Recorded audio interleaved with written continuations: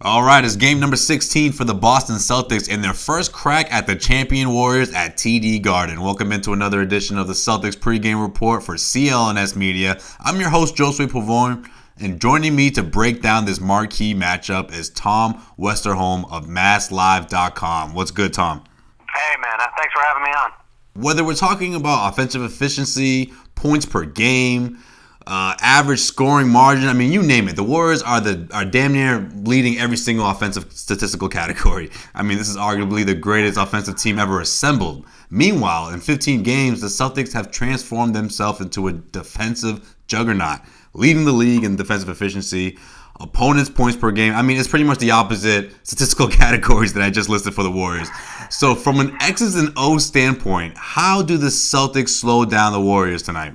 So I think there's a couple things that go into this. One, when you say slow down the Warriors, I mean, that is literally an impossibility. You can only, you can do what you can and you can be a really good defense and you can also be really, really solid. But they literally have Steph Curry and Kevin Durant. It's a problem. I think there's going to be a couple of things. I think one issue the Celtics are going to run into is they have been kind of the beneficiaries of people missing shots, and they're contesting really well, but that can be kind of random. It can be kind of random defensively if, the opposing team is missing shots here or there. That just kind of happens, and then, there's little things that the Celtics are doing, but also that usually evens out a little bit. And I don't think you can really expect the Golden State Warriors to be just kind of missing shots. So I think what the Celtics do really well, though, is they do get out to the corners. You see Jaylen Brown doing this kind of weird thing now where he jumps early because that seems to throw people off better than closing out. I've noticed that. Yeah, and it works, too. They will miss their shots after he does that. It does, yeah. It's really weird. And I think it's just a timing thing. People are used to the guy just kind of coming out. And I think, pretty much anybody, if you play pickup basketball, if there's somebody coming out and they're late and they've got a hand up, it really doesn't matter. It's almost like you can use that hand to sort of aim yourself at the hoop. I think Jaylen is kind of trying this new thing that sort of throws them off a little bit. So I think that's really smart. They do a good job of closing out. They do a good job of switching. That's going to be the biggest key, I think, is that the Celtics are going to need to be able to switch everything really, really well. They're going to need to be able to contest when the Warriors try to put Kevin Durant into a pick and roll, and then, presumably Durant will be trying to put, Kyrie into pick and roll so that he can get that switch. But it's going to be a challenge. They've got their hands full. The Warriors are, you say they're the greatest offensive team of all time. You might be able to just remove offensive from that qualifier. They are unbelievable. But it's going to be a lot of fun to watch. The Celtics are just really, really clicking. And I think defensively, it's going to really come down to their length. It's going to really come down to their athleticism, and it's going to come down to their youth. It's going to depend what Tatum and Ojale can do. So it's going to be a lot of fun to watch. So Kyrie Irving certainly knows a thing or two about having success against the Warriors, but so does Brad Stevens. I mean, he's beaten this team 2 out of the last 4 meetings between the Celtics and the Warriors. Of course, it seems like every single time he's facing the Warriors, or at least every year, it seems like he has a slightly different team. So this time around, it's certainly going to be interesting to see how things pan out. Is there enough talent on this Celtics team, you think, to actually come out of the East? I know it's still early. I know we still have to wait and see if the Cleveland Cavaliers are going to find themselves, and there's so many other question marks. But for the most part, do you think that this team has enough talent without Gordon Hayward to eventually knock off the Cleveland Cavaliers way down the road? Obviously, we're not making predictions here, but I honestly think there is. There is a ton of talent on this team. They've been so good defensively, and that is, I think that there is a little bit of randomness to that, but I also think that there's a whole lot of just excellent defense, good principles, just a really good system in place defensively that I think really does translate. And then I think, offensively, it's just, there's so many guys on this team that can just go get a bucket. And when you have guys like that also playing in a good system, that's just a real recipe for, really an excellent team. I mean, the thing about Jason Tatum that everybody said was, well, is he going to be willing to, to kind of tailor his game to an efficient style of offense, rather than taking nice isolation twos or long twos. And he's driving to the paint. 70% of his shots are either at the rim or three-pointers. He's really been a revelation. And then they've got a lot of guys like that. Obviously, Kyrie can get whatever shot he wants. They've got, Horford is just playing out of his freaking mind. He's been amazing. And I think, I don't know that I would pick the Celtics at this point, just because we've seen what LeBron can do when he just decides to be LeBron for a night, and I certainly think he can do that for a 7-game series still. So I don't know that I would pick them, but I do think, especially given how bad Cleveland's defense is and probably will continue to be, that there is enough skill on this team to potentially get it done.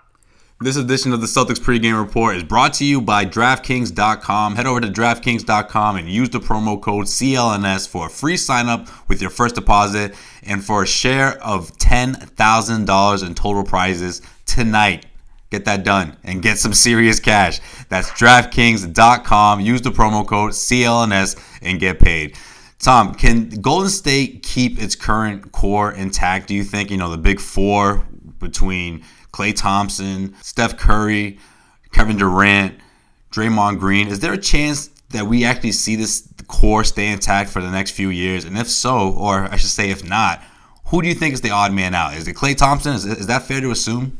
I mean, I think so, just because, Curry, if you're assuming that one of them has to go, I think Thompson is probably the logical one. I mean, Curry's locked in. Durant is, either the first, second, or third greatest player in the world right now. And then, Draymond Green is kind of the glue of the team. So I don't think any of those three guys would be going anywhere. But that being said, I mean, they have such great chemistry. They have such a great thing going. They're probably going to win the championship again this year. I just think, I haven't taken a deep dive into kind of the salary cap, the way that they're, going to have to try to make everything work. But I think that they will. I think they're just too good. Like, if you have something this good going, I don't know why anybody would want to leave it.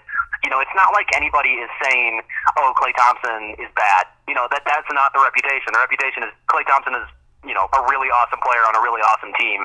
There's really no sort of narrative that's, taking anything away from any of these guys. So there's really not a whole lot of reason to leave. And I just don't think, if you're the prohibitive favorite to win the NBA Finals, I just don't see why, one of the key players would leave that situation. But I think it is fair to say that if there was one guy who was going to go, it would probably be Thompson.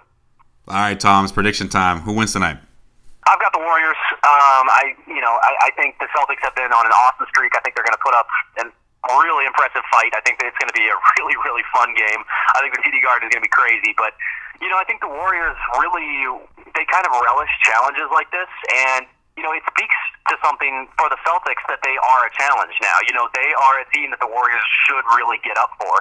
And I think they will. And I think that because they're, that good, it's just going to be really tough to slow them down. It's going to be really tough to score on them. So I've got the Warriors. I think they're going to be just, that unstoppable juggernaut. But I think the Celtics are going to make it a really, really fun game to watch. All right, he is Tom Westerholm of MassLive.com. You can follow him on Twitter at Tom_NBA. I didn't make that up, I swear. It's Tom_NBA. Tom, how did you get that Twitter handle? How is there no one out there that has grabbed that before you did? I feel like it's the underscore. I think it was the underscore that really, nobody really wanted to have that, and I think that's how I got it. But also, I've been on Twitter since 2008, so it's I was in on the ground floor. Yeah, that definitely helps. All right, Tom, I appreciate you checking in, and everyone out there, make sure you check out his stuff on MassLive.com. I mean, between him and Jay King, they really got you covered over there when it comes to the Boston Celtics. I appreciate that, man. Thanks for having me on. Well, that's going to do it for this edition of the Celtics pregame report. Special thanks once again to Tom for joining me, and of course to all of you for tuning in to another edition of the Celtics pregame report. Guys, make sure you check out the Garden Report after the game on the CLNS Media YouTube channel for all the raw and uncut videos from the locker room and from the press table. Weekday shows air on the Celtics Newsfeed channel on iTunes, Stitcher, and the CLNS Media mobile app. For today's Boston Celtics pregame report with Josue Pavone, this is Josue Pavone signing off.